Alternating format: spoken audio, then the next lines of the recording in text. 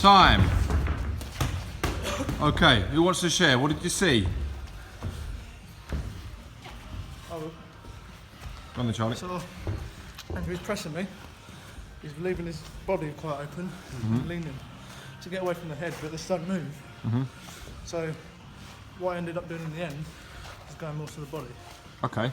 So how do you think you found that answer? How do you think you found that opening? Well, when we touched gloves, we stood back. I watched how the stance was, and I was watching him to see how he'd adapt. So maybe if he starts off like this, if he could open up a bit. Okay. And did you gain success landing that shot? In the end, yeah. It took me a while to do it. Caina, did you feel a few of those shots? I just perceived what he was trying to do, Yeah. and I was trying to kind of leave it open for me to counter. Yeah. But it only worked 2 times. He only worked like 2 shots or 3 shots. Okay. So your external focus, i.e. the target, you focus on that and you scored as a result. Okay. And you got some problems from that. Yeah.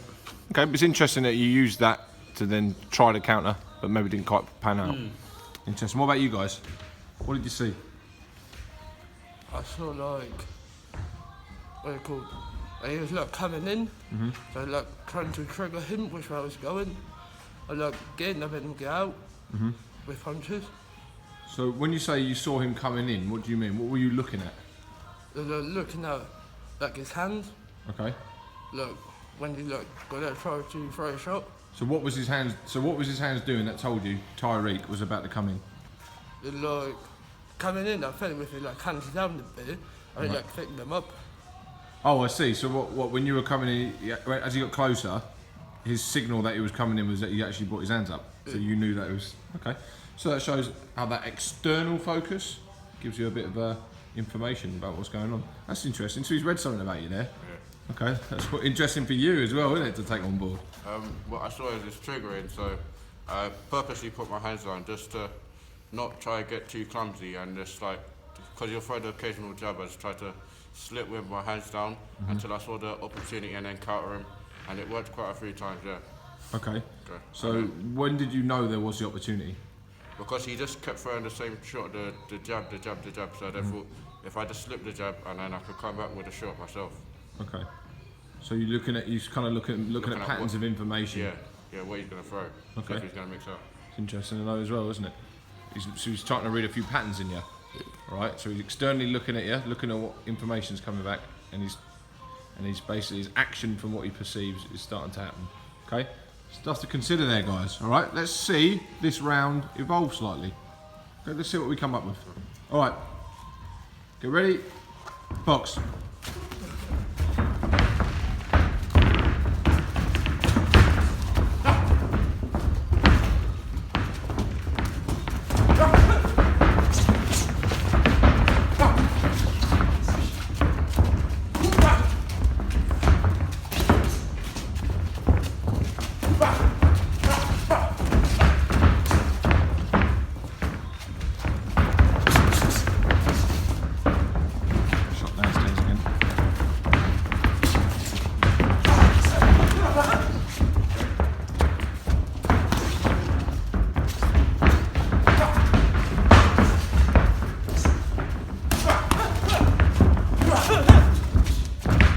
Break.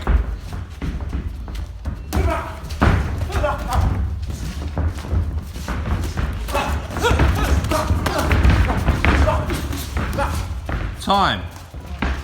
Okay, so Dave, did you change anything? Yeah, I stepped in with I was coming through 4 punches. Yeah. One. What did you see from what Dave was doing? He did change it a little bit, but was kind of the same, but he would tilt his head down first and then try to come with a swing. Okay. Was he using his jab to get in this time? Not as much. Okay. So what do you think about that? Because the information we got before was that you were using your jab too much and he was reading it. Yeah. So what was your thought process? I was have to come more unreadable. So don't get when I come in, change up. Instead of 1 punch, 4. All right, let's get information from the horse's mouth. Did you find that round easier or harder than the last round? To be honest, easier. Found it easier. Okay, but why? Because when he was coming with 4 shots, he wasn't like working behind the jab with the full shots, they were kind of wild, so it made it easier for looking for the spacing. Okay. Yeah. So in terms of them being wild, what information did you see that made it easier for you to deal with that? Just the way he was swinging his punches around, like I could see it coming, like it was a bit predictable. Okay. Something to consider now. All right. Let's see how you evolve in that next one. All right. Okay. So now he's reading you externally. How are you going to read what he's doing though? How are you going to read what he's doing? Probably look trigger more. Okay. So if you're going to trigger, what will that allow you to do when you're looking at him? Read what he's going to do after. Ah, okay. So now your focus goes back to the external again, doesn't it? We talked about, okay, let's see if we can do it. Let's see what we come up with, yeah? Okay? Right, I won't talk to you guys about it. Just want to see what you do, okay? Box.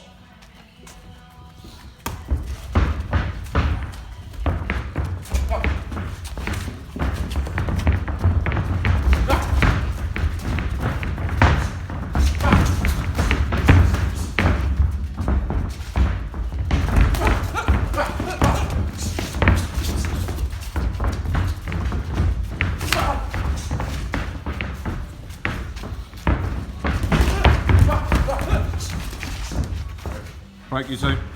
Stick to your plan, Dave.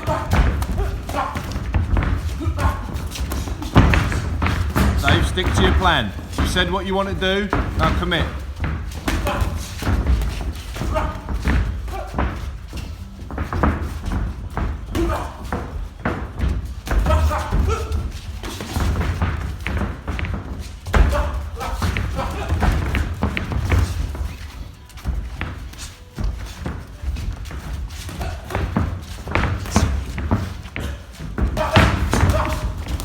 Time.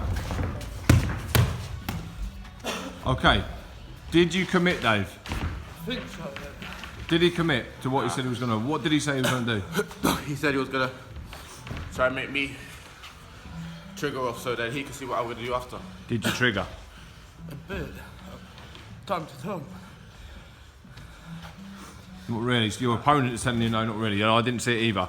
All right. So remember, we can't really give feedback if we're not committing to the goal that we just set ourselves. All right. So we need to commit to that. Okay. So it's great. You come up with an action plan, brilliant. But we need to see that action plan through. Yeah. It may fail, it may work. All right. But we don't know either way at the moment, do we? Okay. So be willing to fail or be willing to see how it succeeds. All right. So let's try it. Let's try it. Okay, guys. I'll come back to you in a minute. I just want to see how this one pans out. All right. Okay. Box.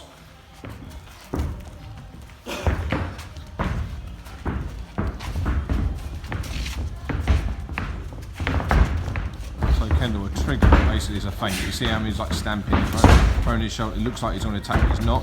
He's just trying to get the guy to do something he doesn't want to do, like draw him out. And it gives you a little bit more time just to throw your shots because the other guy, the reaction time is a little bit slower when you trigger and feint. Just giving him the opportunity just to see what the Tyrieq does when he triggers.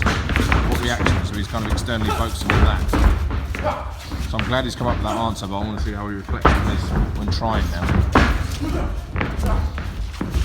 Break you two, break you two. Come on, stick to the rules.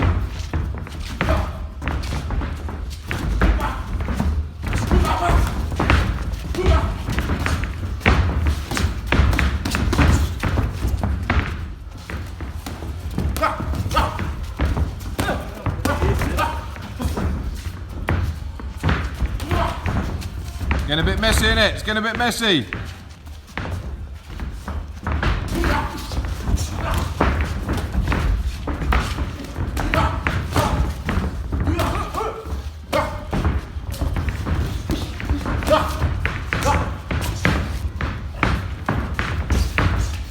Break.